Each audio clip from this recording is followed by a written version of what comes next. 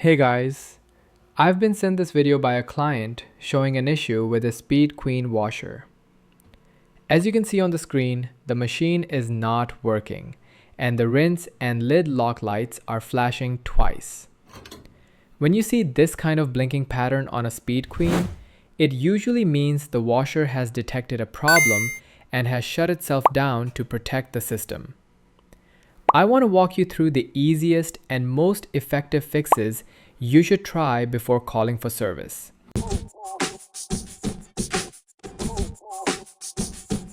First, I spoke with him on the phone to get more details. He told me the water did not drain. He also tried unplugging the washer to reset it, but that didn't help. I also asked him if the load was unbalanced or probably too large, and he told me he had checked that as well.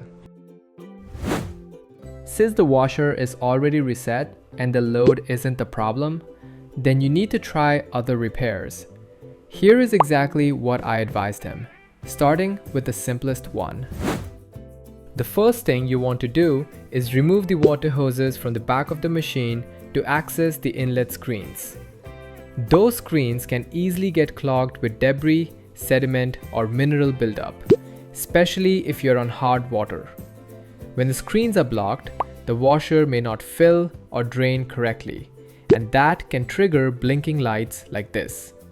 So remove the screens, clean them thoroughly, and reinstall everything securely.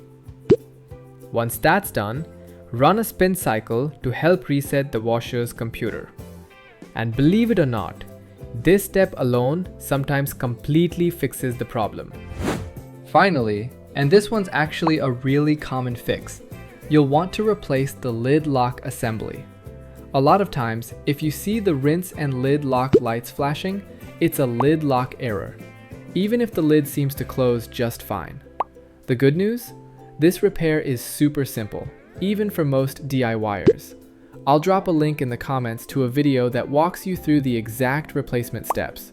One more thing, if you're replacing the lid lock, make sure you replace all the parts that come in the kit. I'll also share a link to the recommended original replacement part. That way, you don't accidentally buy the wrong one. If this video helped you figure out your Speed Queen washer problem, go ahead and hit that subscribe button. That way, you'll get notified whenever we drop more Speed Queen troubleshooting and repair videos. Thanks so much for watching, and I'll see you in the next repair guide.